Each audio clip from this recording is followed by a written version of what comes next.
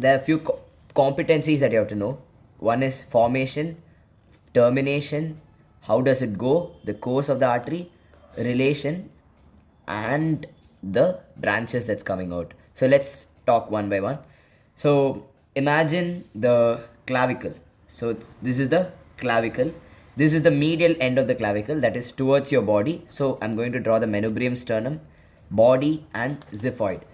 Okay, so when I'm going to draw this like this joint is called as sternoclavicular joint. You'll be knowing sternoclavicular joint. And then this is the manubrium and body of the sternum. In between both, you're not going to see a flat surface. Instead, there's a slight elevation. Since it's present on the sternum, an angulation on the sternum between the manubrium and body, I'm going to call it as the sternal angle. It's an angulation on the sternum. Importance is that this is where the second rib is going to articulate. So the first rib is slightly higher up. It's from the manubrium. The feature about the first rib is that you can't palpate it because it goes behind your clavicle. So when I press with my hand, I can feel the clavicle. And the first rib is behind the clavicle. That is subclavian. And to note, there's a groove in my first rib. That groove is termed as, it's a groove. So I call it as sulcus. And this particular groove is going to lodge an artery. So this is called as sulcus arteriae subclaviae, because it's going to lodge the subclavian artery. So there's an artery in the neck called as subclavian artery, and this is present in the groove like this, the subclavian artery.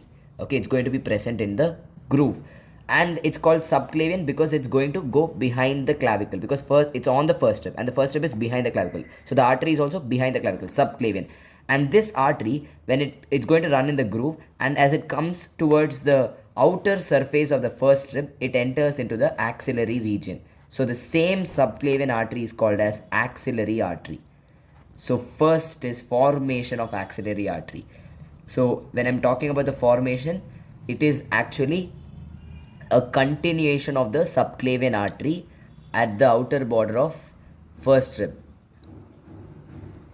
Border of first rib. Now the termination. If you can see, this is my axillary region.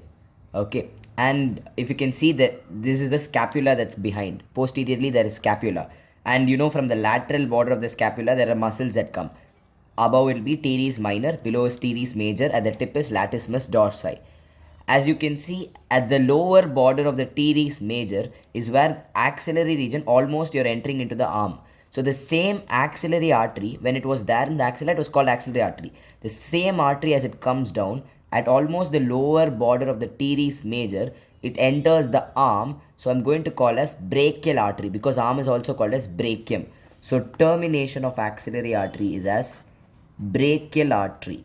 Brachial artery, where at the lower border of teres major. Lower border of teres major, because at that level it's almost your arm. So this is the formation and termination. Okay, now we are going to study a little bit about the relations. Now let's talk about the parts of the axillary artery.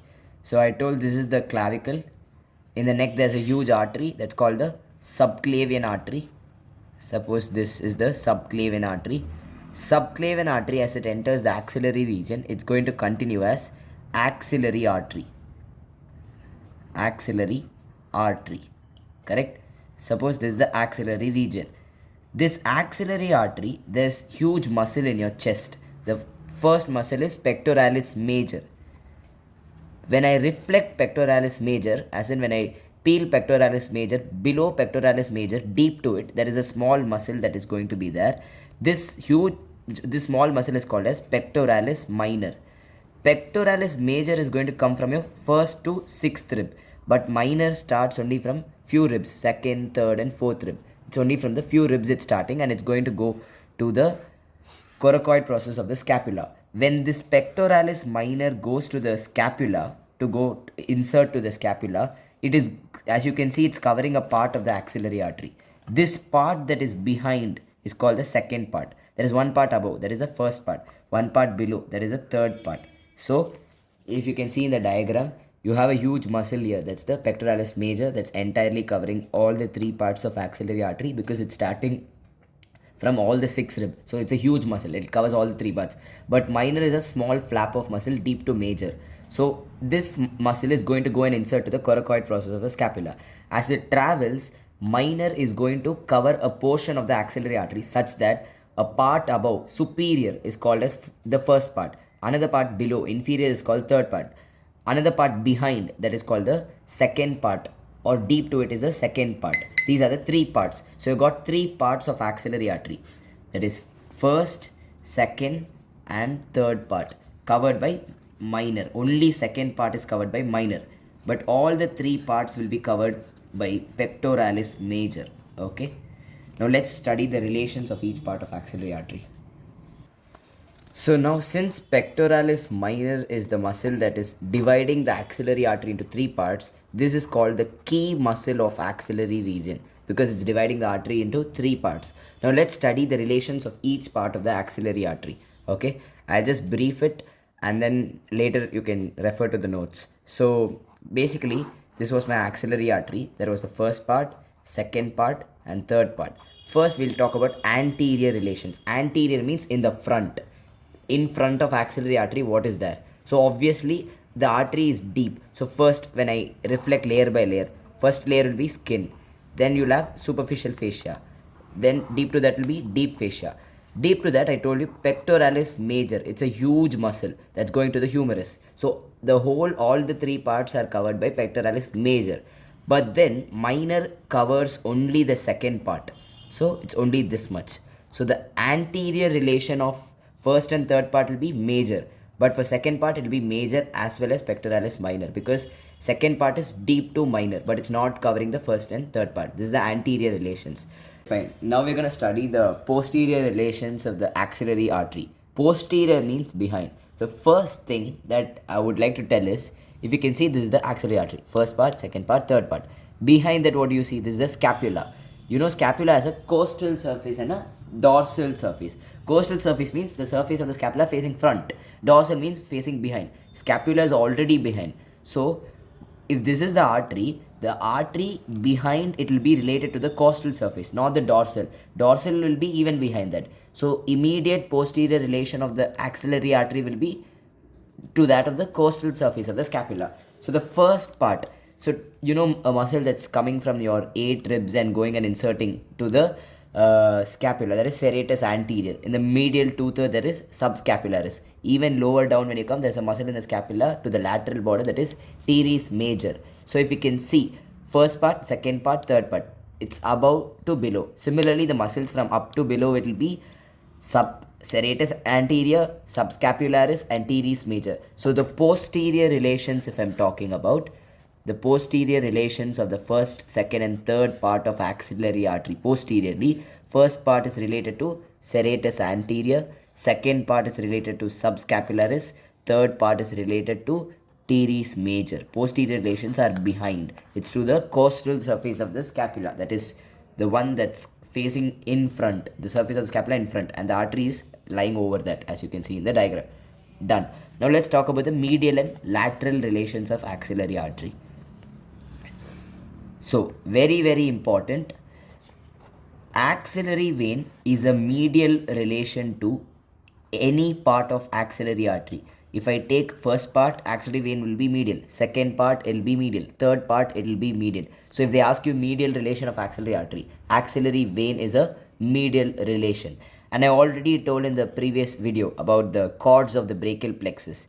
In relation to the second part, if the cord is lateral, it's called as lateral cord. If it's medial, it's called as medial cord. This is the lateral cord. If it's posterior or behind to the second part, it's called as posterior cord of brachial plexus.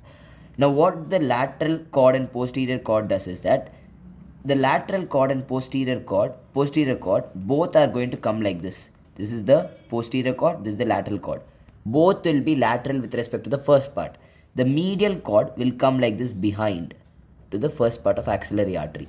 Okay, so first part of axillary artery is laterally related to lateral and posterior cord, and posteriorly it is related to the medial cord. Second part, it's easy, laterally lateral cord, posteriorly posterior cord, medially medial cord.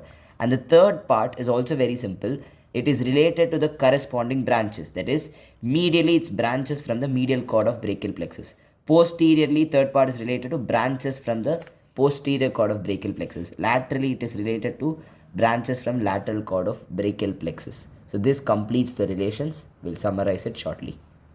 So it's just summarizing the previous talk, whatever has been told. So the first part will be anteriorly related to pectoralis major, and if I'm telling it's related anteriorly to major, obviously the nerve that's supplying major is also an anterior relation. That is lateral and medial pectoral nerve. Done. Posteriorly serratus anterior. If it's related to serratus anterior, obviously even the nerve supplying it. That's long thoracic nerve. Medially, I told it's always axillary vein to all the three parts, and laterally lateral and posterior cord. Done. Second part likewise anteriorly it's minor here. Major and minor both. Posteriorly, I told it's subscapularis and the posterior cord also. And medially, it's the axillary vein. It's medial to anyways all the three parts, and also the medial cord, laterally lateral cord. They are named according to the second part I told you, the three cords. Third part is anteriorly related to major. Posteriorly, you know it's teres major already I told, and the branches from the posterior cord. That is radial, axillary nerve, all that. Medially, it's always axillary vein, obviously, and branches from the medial cord. That's ulnar nerve, medial cutaneous nerve of forearm. And laterally, it's branch from the lateral cord. That's musculocutaneous nerve. That's all. Done. We're coming to the end of the discussion. That is branches from the axillary artery. So let's see the branches from the axillary artery. Oh, sorry for the hair. So you're basically, I told there's three parts. First part, second part, and third part. Very simple to remember. First part will give one branch. Second part will give two branches. Third part will give three branches. So totally 6 branches from axillary artery. So let's see one by one. So again, let's same diagram. This is the clavicle. This is the subclavian artery here. It came down, became the axillary artery in the axillary region. This is the first part, second part, third part. There's a muscle coming like this, going to the scapula. This is pectoralis minor. Okay, if this is the clavicle. You know below the clavicle, there's a groove for a muscle to be present. Okay, below the clavicle. So I again call it as clavicle is called clavian, subclavius. This is a muscle called subclavius. So the first part of axillary artery gives a branch. This branch is called as superior thoracic artery. Why is it called superior? Because it is above all the other branches. It's going to arise. Superior thoracic artery. This superior thoracic artery, if you can see, it's originating near this muscle. What is this muscle? Subclavius. Superior thoracic artery originates near the muscle called as subclavius. Okay, and this goes and supplies all the muscles in the chest. What are the two muscles? Pectoralis major and minor. And trust me, most of the branches coming from the axillary artery go and supply the pectoral muscle. That is pectoralis major and minor. That's common. So it's originating near subclavius and supplying pectoralis major and minor. That's the first branch, superior thoracic artery. Now, I told the second part is going to give two branches. Obviously, the branches that are coming should be close to pectoralis minor because the second part is covered by minor. So, one of the branch from the second part will arise at the upper border of the pectoralis minor, like this. Another will arise at the lower border of the pectoralis minor, like this. The one that is coming at the upper border of the pectoralis minor is called as acromiothoracic artery, or just reverse the name, thoracoacromial artery, same thing, acromiothoracic or thoracoacromial artery. One that's coming from the inferior border of the pectoralis minor is called as lateral thoracic artery. So now let's see about acromiothoracic artery. So this acromiothoracic artery, if I'm talking about acromiothoracic artery, this artery, as soon as it comes out, it's going to pierce a particular fascia that's called as clavipectoral fascia and break up into 4 branches. Okay, I'll explain what's clavipectoral fascia and then I'll explain the branches. So if this was my clavicle, I told below that there's a muscle. This is what is called as subclavius, right? Subclavius. Now what happens is that if I come further down, there's pectoralis major, then there's pectoralis minor. Correct? No. Deep to the major, there is pectoralis minor. Now, if I'm suppose this is pectoralis major and this is pectoralis minor. This is pectoralis minor. This is what is anterior. This is what is posterior. That means major is in the front. If I go more deep, I'll get pectoralis minor. Above superiorly, I'm having subclavius. Even if I come further down, I'm going to enter my axillary region. Okay. So if this is the diagram, there is a fascia that is going to cover the upper aspect of the pectoralis major like this. This fascia is called pectoral fascia.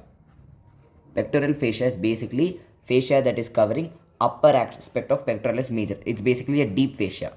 You know, any muscle has to be present deep to the deep fascia. So the fascia in the chest is pectoral fascia. Deep to that I'll have pectoralis major. Now, covering pectoralis minor and major, in between there is another fascia like this. This is what is called as clavipectoral fascia. Why is it called as clavipectoral fascia? Because the fascia is going to cover the fascia is going to go top. It will split into two layers like this. It splits into two parts and covers subclavius. Again, it will come and fuse and form a single layer when it comes down and split into two components to cover the pectoralis minor muscle. Again, after it covers the muscle, it goes down and joins with the axillary fascia. So clavipectoral fascia is basically going to split into two components, cover the subclavius muscle, then it will join and come down, again split into two layers, cover the pectoralis minor, again come down, fuse and blend with the axillary fascia. Now this clavipectoral fascia is pierced by four components with the mnemonic call, that is cephalic vein, acromiothoracic artery, what we are discussing now, then lateral pectoral nerve and some lymphatics. We'll study later all this. I can just give you one hint why cephalic vein pierces the clavipectoral fascia. Because you know cephalic vein is a superficial vein. So imagine a superficial vein and this vein is going and finally draining to axillary vein, which is a deep vein. So the vein is on the top. Now it has to go deep to drain into axillary vein. If it has to go deep, obviously it has to pierce this fascia and then only it can enter deeper layers. So that's why cephalic vein, being a superficial vein, it pierces the fascia and goes and drains into axillary vein. For that matter, any superficial vein to drain into a deep vein, it pierces a deep fascia. Because from top it has to go deeper. That's the concept. Now here, what we were studying, acromiothoracic artery. This artery, as soon as it came, it pierced the clavipectoral fascia and then it gives four branches. So we'll study what are the four branches through a simple diagram. I told the acromiothoracic artery after piercing the clavipectoral fascia gives four branches. So how do you remember the four branches? So imagine the same diagram you can see here. Okay, basically. So to this side you have the humerus, above you have the clavicle, you know, behind the scapula like this, and there's a process here that's called the acromion process, and this is the pectoral region, that is the chest. So after it pierces, and you know the humerus is covered by a huge muscle. People go to the gym to build this muscle. This is the deltoid. So basically now it pierces the clavipectoral fascia. Is going to give four branches. One is going to go to the acromion, one goes to the clavicle, sternoclavicular joint, one goes to the pectoral muscle, one goes to the deltoid. So it's the acromial branch that is going to the acromion, but there's not one artery in the acromion. There's a lot of arteries. So I call it as this goes to take part in anastomosis, that it branches and joins with other artery in the acromion. There's another branch, clavicular branch, that goes to the sternoclavicular joint. Pectoral branch goes to supply pectoralis major and minor. Deltoid branch runs in the deltoid groove to supply the deltoid muscle. This is the branches from the acromiothoracic artery. The second artery I told, this from the second part, first was acromiothoracic at the upper border of the pectoralis minor. At the lower border of pectoralis minor, I told another artery comes. That's the lateral thoracic artery. So from the name you can understand it's seen to the lateral side of the body. This is the lateral aspect. This is the medial aspect. So this artery, you know, the lateral aspect, from the ribs there is a muscle coming. That's serratus anterior. So lateral thoracic artery supplies serratus anterior, and also as I told, any branch from axillary artery supplies pectoralis major and minor. So this also goes and supplies major and minor. Remember, this is from inferior border of the pectoralis minor, the origin. And in contrast, the acromiothoracic artery is going to come from the superior border of the pectoralis minor, lateral from the inferior border of the pectoralis minor. That's one differentiating point between the two parts. And very, very important, I told you the lateral thoracic artery comes from the lateral aspect, supplies serratus anterior and the pectoral muscles. In a female, sitting on top of the pectoral fascia that is covering the major, I'm going to have the mammary glands that's present. So this is the mammary glands. So in females, the same lateral thoracic artery is going to go and supply the mammary gland through its lateral mammary branches, because they supply the mammary gland. So it's very, very important. Females, lateral thoracic artery is one of the arterial supply to a mammary gland. Very important. And now let's go to the third part of axillary artery branches. Before talking about the branches coming from the third part, it's better if we know the scapular intermuscular spaces. So let's talk about, there are three intermuscular spaces. So this is my scapula. Let me briefly tell. This is the scapula. This is the humerus, the head of the humerus, and lower down you have the shaft of the humerus, obviously. And in the scapula there are two muscles. The muscle that comes from the lateral border, that is teres minor in the upper part. In the lower part you'll have teres major. Okay, this is my long head of the triceps, and this is the shaft and surgical neck and head of the humerus in the upper part. So this space that is seen is called the upper triangular space. There is another space here that you can see, that's the quadrangular space. Quadrangle, this is triangle. This is another triangular space you can see here, that is the lower triangular space. So now let's see the boundaries of each of them. So if you see the upper triangular space, it's superiorly it's by teres minor. Inferiorly you can see it's teres major. And this is the lateral aspect away from the body. This is the body. So laterally it's by the long head of the triceps. Done. This is the upper triangular space. Now what is the boundary of the quadrangular space? It's superiorly by the same muscle, teres minor, that's coming here, teres minor. Inferiorly it's by the teres major. Medially it's by triceps and long head of the triceps, and laterally it's the head of the humerus, or the surgical neck of the humerus. Lower triangular space is superiorly by teres major. If you can see this, the muscle coming till here, teres major, and it's medially related to the long head of triceps, and it's laterally related to the shaft of the humerus. Contents, if I'm talking about the upper triangular space, if you can see, it's closely related to this is the scapula, to the lateral border of the scapula. One artery is going to be a content of the space, and the artery is going to wind around the scapula and enter the fossa behind the scapula. And the dorsal surface is a fossa, infraspinatus fossa. So what is this artery? Circumflex scapular artery, because it's circling around the scapula. Circumflex scapular, it circles around the lateral border of the scapula. So that's the content of upper triangular space.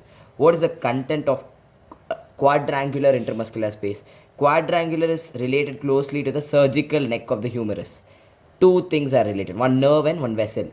Axillary nerve that winds around the surgical neck of humerus goes through this space, and also the posterior circumflex humeral vessel. Posterior circumflex humeral vessel that we'll study shortly.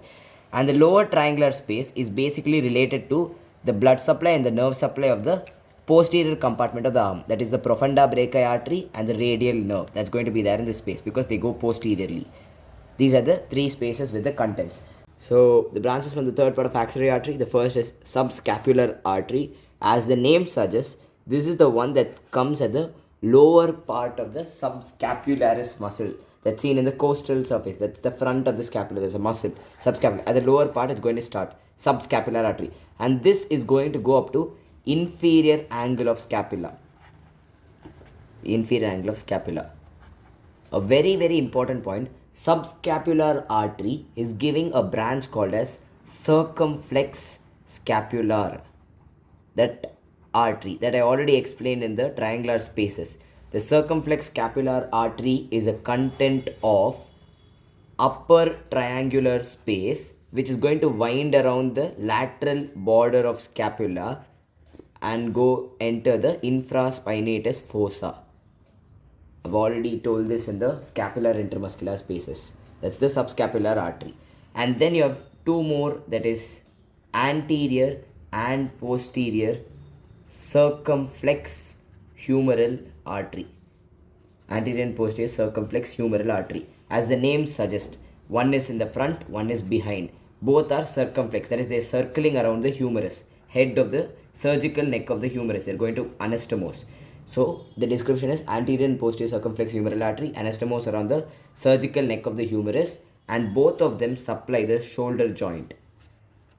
And also this posterior circumflex is actually a content of your quadrangular intermuscular space. This is the content of quadrangular intermuscular space that also I've already told. Through that space, it's going to enter and reach the posterior aspect of the surgical neck of the humerus. That completes the branches. Thank you.